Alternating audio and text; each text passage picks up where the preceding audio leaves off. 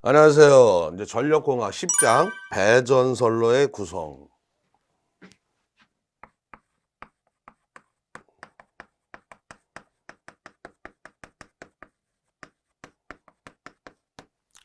첫 번째, 우리가 종료 보시면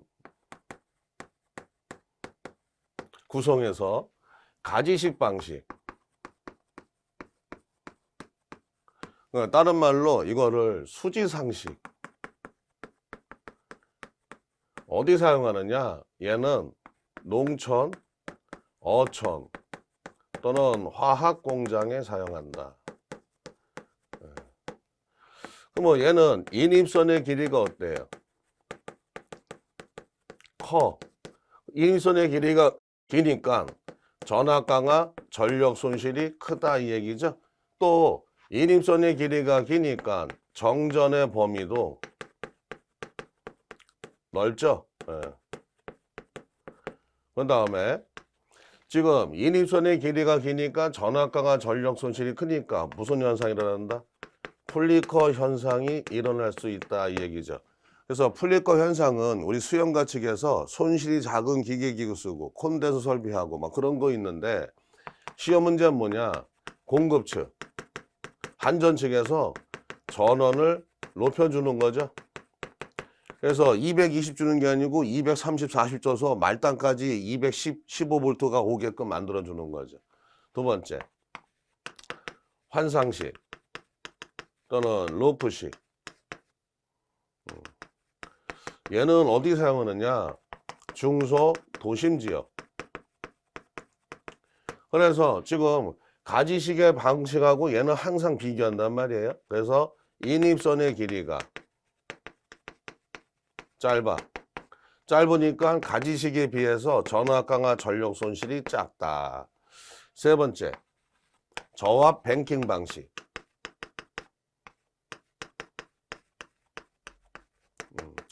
얘는 전기적으로 2차를 연결한 거죠. 그래서 1차 측에는 구분 개폐기 설치하고 저압 측에는 구분 퓨즈 설치하죠.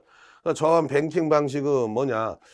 건전한 변압기가 우리가 하나가 사고 났어요. 사고 났는데 변압기가 2차를 전기적 연결하면은 사고 나지 않은 변압기까지 다 망가질 수 있죠. 그거를 캐스 게이딩 현상.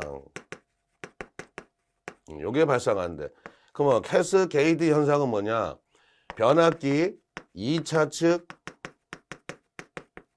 고장으로 인하여 건전한 변압기 일부 또는 전부가 차단되는 현상. 그래서 전원 측에 우리가 1차 측에는 구분 개폐기 설치하고 저압 측에는 2차 측에는 뭐 설치한다? 거기서 구분 퓨즈 설치하더라. 네 번째, 저압 네트워크 또는 망상식이라 표현해요. 그래서 그물 모양으로 총점이 있는 거죠. 그럼 이거에 대한 장점이 다른 거에 비해서 공급의 신뢰도가 높다. 또 무정전 공급 방식이다. 단점은 뭐냐? 감전사고, 접지사고 우려가 크다. 많다. 사고가 많다. 이게 단점이 되겠네. 그 다음에 두 번째, 방식별 비교 봤더니 우리 전기 방식 단상 2선식, 단상 3선식, 삼상 3선식, 삼상 4선식. 그러면 가닥수 봤더니 얘는 2가닥, 얘는 3가닥, 얘도 3가닥, 얘는 4가닥.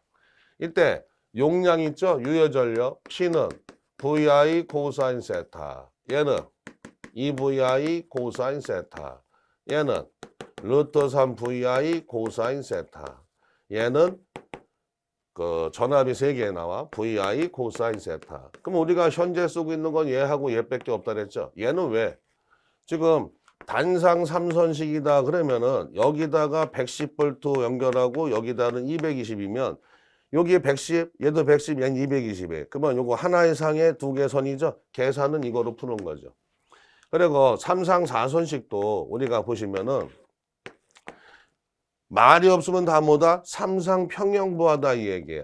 그러면 중성선하고 얘는 얼마다? 3상 평형. 연가를 중실했더니 3상 평형 되면 얘는 제로다는 얘기죠. 그럼 얘가 없다는 얘기는 결국 누구야? 3상 3선으로 얘로 계산하는 거죠. 그래서 타 과목에선 다 뭐다? 이거 두 개만 갖고 계산하는데 얘는 전압, 전류, 용량이 다 같다는 전제 조건하에서 비교하니까 특수하게식을 만들어낸 거죠. 전압이 두 개, 전압이 세 개 이런 식으로. 그래서 얘가 일선당 전력이 얼마냐? 얘는 두 가닥이니까 나누니까 0.5 VI 코사인 세타.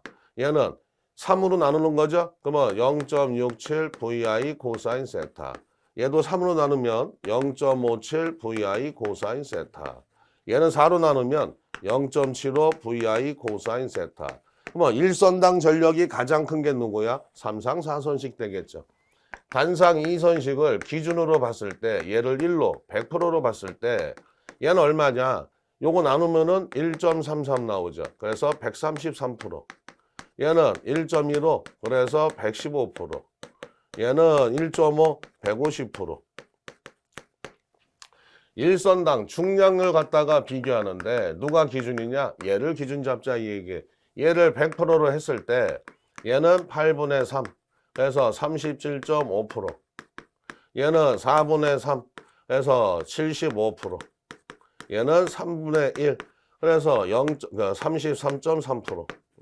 그러면 일선당 중량이 가장 가벼운 게 누구냐? 똑같은 조건을 비교했을 때 3상 4선식 됐겠죠. 전력 손실률. 요건 암기하 잘했죠. 얘가 24고 99, 18 이렇게 곱하면 18 1 띄면 8. 그래서 요거는 암기해서 문제 풀어야 되는데 지금 그 송전선로는 누구예요? 송전선로. 얘는 3상 3선식. 왜? 지닥될 일이 없죠. 철탑의 높이가 높잖아.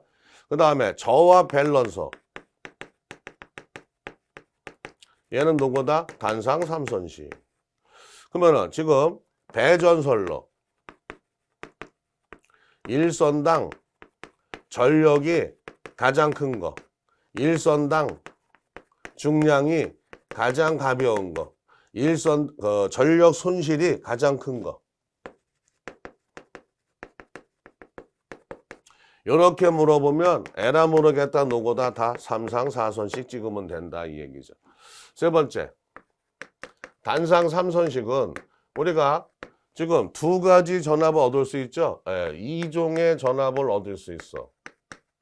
그 다음에 아무 말이 없으면 다 평형이란 말이에요. 그건 단상 2선식보다 전압을 2배 쓸 수 있죠. 그러니까 아무 말이 없을 때는 효율이 좋은 거야. 전압 강화, 손실도 작은 거고. 누구에 비해서? 단상 2선식에 비해서. 그러면은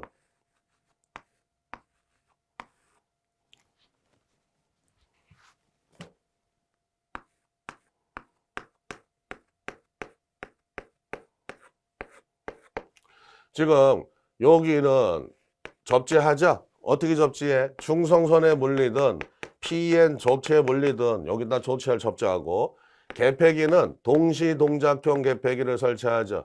그 다음에 중성선은 퓨즈를 넣지 말고 직결시킨다. 이게 결선 조건 세 가지죠. 그러면은 요거에 대해서 우리가 중성선이 단선됐을 때 어떤 현상이 일어나요? 그러면은 얘가 단선되면은 여기 전압이 걸리겠죠? 그래서 말단에 뭘 설치한다? 건수비가 1대1인 단권 변압기. 이거를 저압 밸런서다 이렇게 표현하죠. 밸런서. 양쪽의 전압을 평형시켜줘. 얘는 중성선 단선시. 중성선 단선시. 각 단자 전압의 불평형을 방지하더라. 그러면은 지금 단점이 있죠? 단점이 뭐냐? 중성선 단선시 각 단자 전압에 불평형이 발생해요. 그래서 뭘 설치한다? 저하 밸런서를. 그 다음에 부하 불평형 시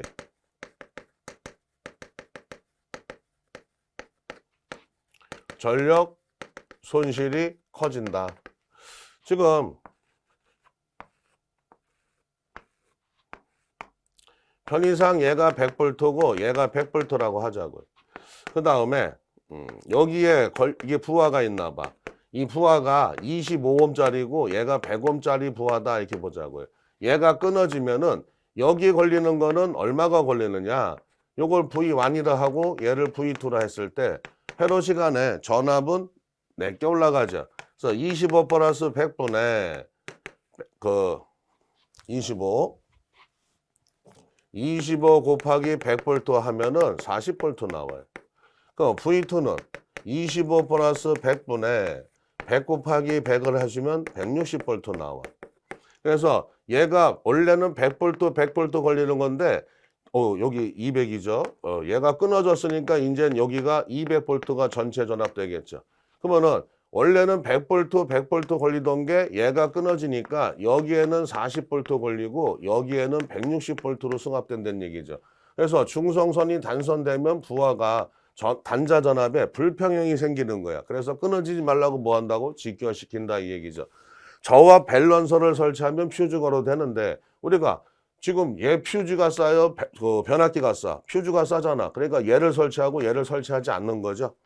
얘를 설치하려면은 퓨즈를 걸면은 끊어져도 이렇게 걸리니까 상관없는데 그래서 이건 뭐다? 옛날에 우리가 80년대 그때는 돈이 없으니까 변압기를 가정집이 못 썼단 말이에요. 그래서 퓨즈를 직결시켜버리고 얘를 사용 안 한 거죠. 근데 얘의 목적은 뭐다? 이렇게 불평형이 됐을 때 방지하려고 설치한다 이 얘기고요. 그 다음에 요 똑같은 거라고 보자고.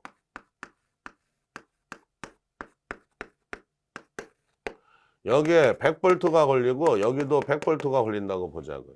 그러면은 지금 P는 R분의 V 자승이죠. 예.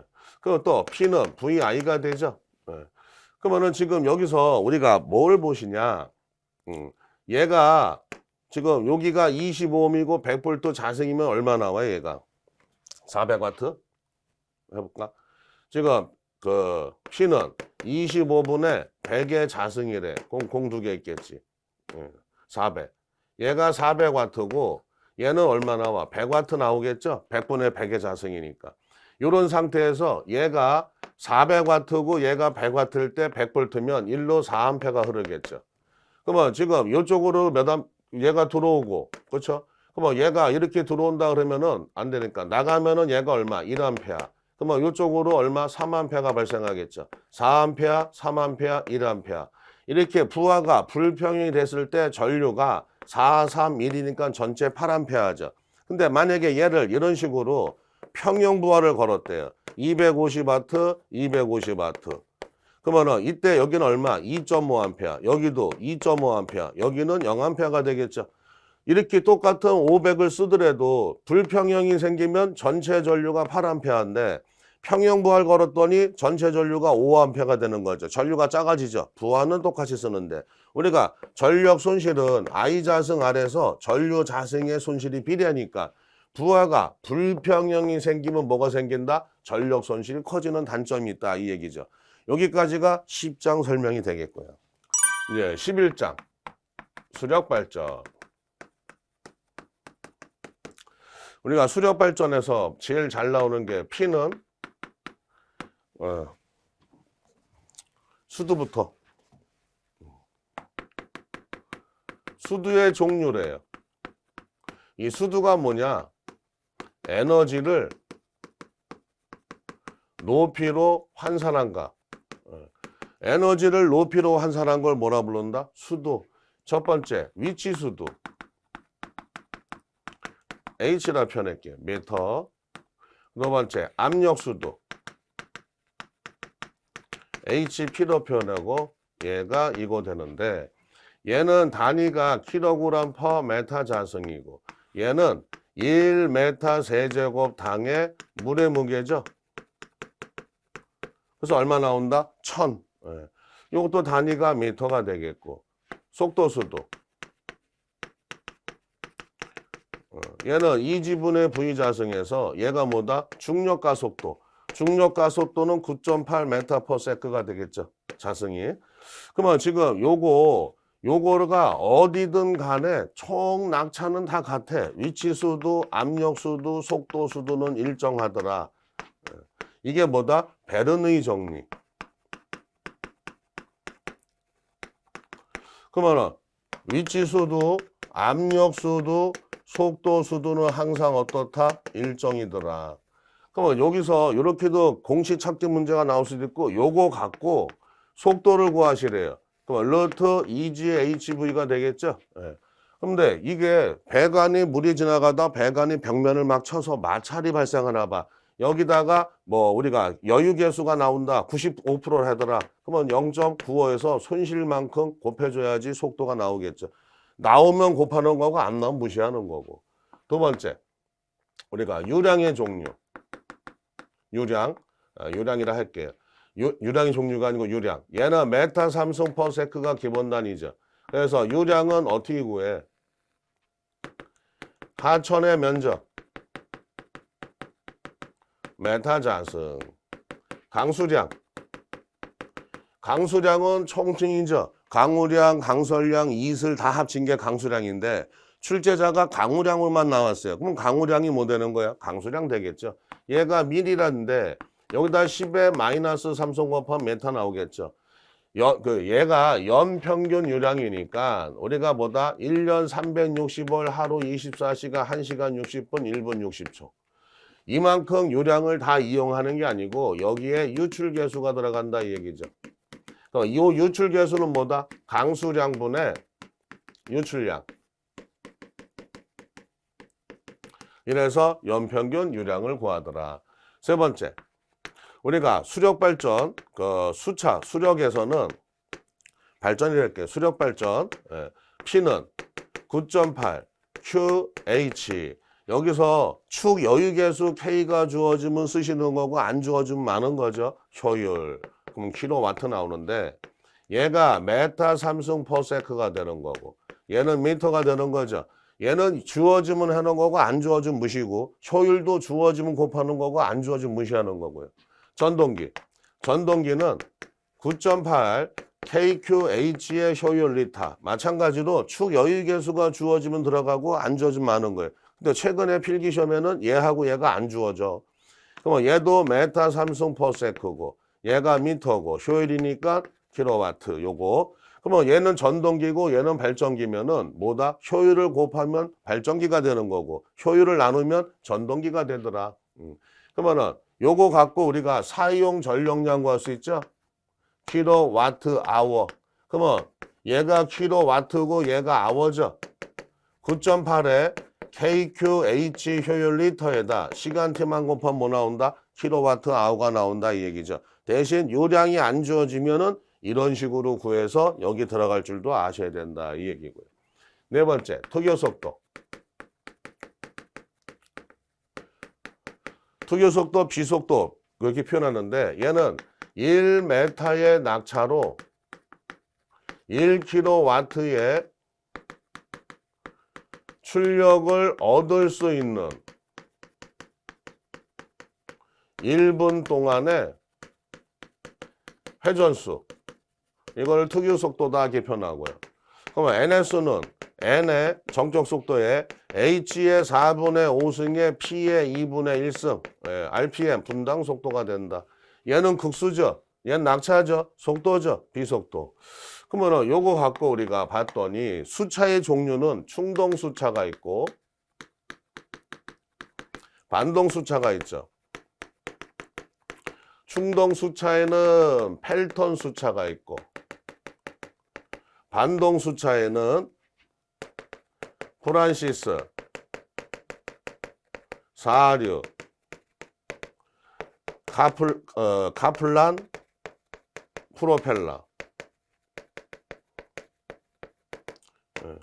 그러면 이때 펠턴 수차는 뭐냐? 고낙차, 소수량. 그러면 얘들은 뭐냐? 중낙차. 얘는 저낙차가 되겠죠. 근데 얘는 댐 설비죠. 댐은 최소 높이가 70m 이상 된단 말이에요. 우리가 서해 바닷가에 이렇게 밀물, 썰물을 이용해서 발전하는 거, 조력발전소 있죠. 조력발전소는 낙차 높이가 5에서 바닥 높이가 15m 정도 된단 말이야. 이때 쓰는 게 튜블러 수차. 그러면은 수차 종류 중에서 가장 낙차가 작은 건 나오냐 누구냐 물어보면 튜블러 수차 찍으셔야 되겠죠. 펠터는 고낙차 소수량이래. 높은 데서 밑으로 떨어지는 거죠. 위치 에너지가 운동 에너지로 바뀌어요. 그러면 이렇게 되면서 뭐냐? 습격작용이 일어나. 떨림 현상, 충격에 의해서 흔들려요. 이걸 방지하려고 전향장치 또는 디플렉터를 설치하더라. 그러면 프란시스 수차는 중낙차고 사류 수차는 우리가 변동부하, 변낙차에 잘 사용하는 게 사류 수차고요. 카플라는 효율이 제일 좋고 프로펠러는 효율 변화가 심한 곳에 쓰이는 게 프로펠러 수차다 이렇게 표현하고요. 그럼 이런 상태에서 우리가 낙차를 인위적으로 늘릴 때 쓰는 관이 뭐냐? 흡출관. 그러면 낙차를 인위적으로 늘리는데 사용되는 관. 이걸 우리가 흡출관이라 표현해요. 그러면 충동수차는 흡출관이 필요 없죠. 이런 상태에서 NS는 1, 2, 2, 3 특유속도가 프란시스는 NS는 H 플러스 20분의 2만 플러스 30 사류는 NS는 H 플러스 20분의 2만 플러스 40 카플란 프로펠러는 NS는 H 플러스 20분의 2만 플러스 50 그래서 특유속도의 크기수는 이런 순이다 이 얘기죠. 근데 이 프란시스 수차는 낙차에 의한 분류도 쓰고 유량에 의한 분류도 써. 그래서 NS는 H 플러스 20분의 13,000 플러스 50도 있어요. 특유 프란시스만 2개를 갖고 있네. 나머지는 이런 상태고요. 그러면 지금 4번까지 봤죠? 5번째. 우리가 그 유한곡선. 제일 잘 나오는 거 보는 거예요. 가로축은 일수, 세로축은 유량.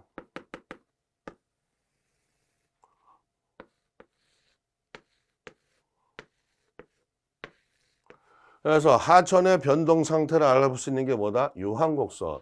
여기가 풍수량, 얘 평수량, 저수량, 갈수량. 그 유한곡선은 어떻게 하냐? 매일매일의 유량을 누가해서 나타낸 그래프죠. 누적해서 쌓은 그래프. 얘가 얼마냐? 95일, 185일, 275일, 355일. 갈수량이 355일이에요. 그러면 이런 상태에서 우리가 1년 내내 발전을 하려면 필요한 유량은 얼마냐? 이만큼 더 있어야 돼. 그래서 아마 알파벳 나올 거예요. B, E, D로 나오나? 뭐 알파벳 순서가 바뀔 수 있지만 요만큼이 더 있어야 1년 평균 발전을 하는데 필요한 유량이다. 해서 요 알파벳 요 면적 찾는 거 이렇게도 나오고. 6번째. 연속의 정리. 우리가 물이 지나가는 건 파이프죠. 파이프인데 이렇게 봤을 때 여기가 상부, 얘가 하부라 했을 때 물이 이렇게 지나간단 말이에요. 그러면 지나갈 때 유량은 어떻다? 항상 일정하다 이 얘기야. 얘 유량이나 얘 유량은 같아. 그러면은 지금 유량의 단위가 메타 삼승 퍼세크라 그랬죠.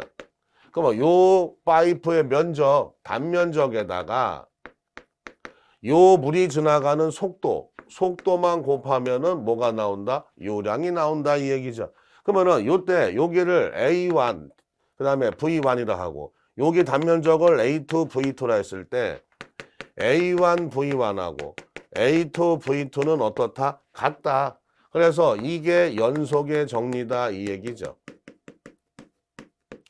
그럼 이렇게도 나오는데 만약에 여기에 단면적이 안 주어지고 직경이 주어져요. 직경이. 그러면은 우리는 파이프가 원의 단면적이죠. 그러니까 뭐가 나와? 4분의 파이의 D1의 자승의 V1은 4분의 파이의 D2 자승의 V2가 나온다는 얘기죠. 그래서 이렇게 날리고 봤더니 D1의 자승의 V1은 D2의 자승의 V2랑 같다. 뭐 이렇게도 문제가 나온다 이 얘기죠. 그래서 요거는 최근에 많이 나오는 것만 지금 우리가 정리한 거고 이제 댐 설비 보자고요. 우리가 댐을 보시면은 무슨 댐이 있어요? 콘크리트 중력댐, 사력댐, 아치댐 있죠. 우리는 다 못 쓴다. 콘크리트 중력댐 쓴다 이 얘기죠. 그러면은 우리가 그 유량을 갖다가 분류할 때 그 유량에 의한 분류는 뭐가 있다? 양수식 발전소와 역조종지식이 있다 이 얘기죠. 양수식 발전소 뭐 하는 거야? 첨두부 하실 때 우리가 잉여 전력을 이용하여 하부 저수지능물을 다시 상부로 끌어서 발전시킨다. 양수식 발전소 있죠? 뭐 그런 거는 우리는 생략을 하고 지금 원래 댐이 있으면은 이렇게 해서 수차가 떨어지겠죠. 이렇게 발전되고 이렇게 그리면은 좀 보기 불편해. 그렇죠? 원래 이렇게 생겼어. 옆으로 그릴게요. 치수구, 수로, 침사지, 수로, 수조, 수압관로. 여기에 조속기가 있고 이렇게 유량을 때려줘서 얘가 수차가 있고 발전되는 거고. 그러면 여기에 방수로가 있고 방수구가 있겠죠. 여기에 치수 때문에 수문이 있고요. 그래서 여기에 물이 담겨 있는 거 이렇게 물이 이렇게 흘러서 이게 떨어지는데 워낙은 그림이 이렇게 그려지는 거를 보기 편하게 하려고 하는 거야. 그래서 도수로 도입 단계 뭐가 있다? 치수구. 도수로 말단 단계 뭐가 있다? 수조. 요 위치가 바뀌면 안 된다는 얘기죠. 그러면 치수구는 뭐 하냐? 여기 안에 뭐 있냐? 그 제수문이 있어요. 제수문. 제수문이 유량을 도입을 해줘. 그래서 물 유량이 가요. 그러면 여기에 수로는 결국 물이 지나가는 길이죠. 네. 그래서 수로교가 있고 역사이펀이 있어요. 뭐 수로교는 다리 역할을 하는 거고 역사이펀은 지하도 역할을 하는데 물이 꽉 차면 압력수로고 물이 졸졸 흐르면 무압수로인데 그건 기울기 외울 필요 없고요. 심사지는 뭐 하냐? 토사를 제거시켜요. 토사를 제거시켜 주는 게 누구다? 침사지다 이렇게 보시면 되겠고. 수조는 뭐가 있냐? 우리가 차동 조합 수조가 있고 수실 조합 수조가 있죠. 그러면 차동 조합 수조는 우리가 상승관을 설치하여 습격작용을 완화시킨다. 이런 표현 나오면 차동 조합 수조고 수실 조합 수조는 저수지 이용 수심이 클 때 사용한대요. 근데 차동 조합 수조나 수실 조합 수조는 다 뭐 한다? 얘들은 다 수압 관로를 보호하죠. 네. 수압 관로를 보호해 주는 게 뭐다? 수조다. 그러면은 수압 관로는 주철관으로 되어 있기 때문에 충격 먹으면 깨져. 그래서 그거 깨지 말라고 상승관도 설치하고 주동관으로 크게 설치하는 게 뭐다? 차동 조합 수조, 수실 조합 수조고요. 그러면 조속기는 뭐 하는 거야? 유량을 조절하여 수차의 회전 속도를 일정하게 하는 게 누구다? 조속기다 이 얘기죠. 이때 조속기의 동작 순서는 평속기, 배합 밸브, 서브모터, 보건기구. 그래서 요 평속기를 다른 말로 회전 단자라고도 불러요. 그래서 조속기의 동작 순서를 쓰시어 병배서복. 조속기가 예민하면 안 되죠. 둔감하게 만들어야죠. 또 조속기 동작은 신속해야죠. 그래서 얘가 때려서 얘가 돌아가서 축이 연결돼서 전기자가 돌아가서 발전되더라. 예. 그러면 이때 요걸 우리가 댐 설비에서 손실이 가장 큰 게 누구다? 수차다. 이렇게도 간연도 한 문제였어요. 수력은 많이 나와야 한 문제. 그쵸? 10장도 한 문제, 11장도 한 문제, 12장도 한 문제, 13장은 나올 때 있고 안 나올 때 있는데 나오면 한 문제. 이렇게 보시면 돼요. 이렇게 해서 지금 배전선로의 구성하고 그다음에 수력 발전 여기까지 내용 설명을 마치겠습니다. 요점 정리를요. 네, 수고하셨습니다.